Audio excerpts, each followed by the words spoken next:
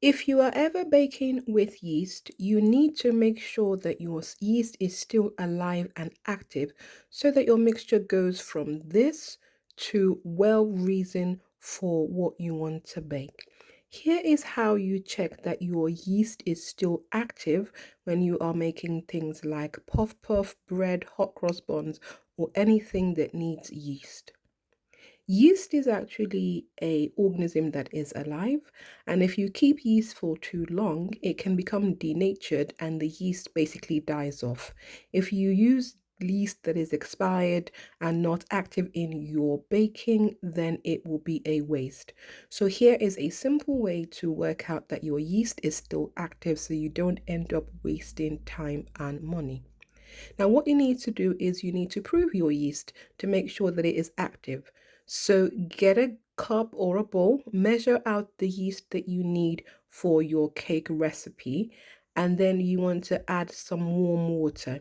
The key thing is it should be warm, not hot, because hot water will kind of kill off your yeast, but if it's cold, it will not activate it.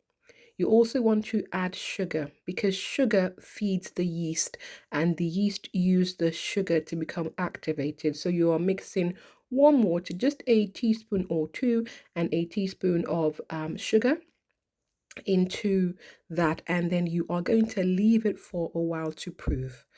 If your yeast is active, you will start to see some frothy activity going on. So this is the glass. I sped it up. You can start to see that it is making bubbles and it's becoming frothy.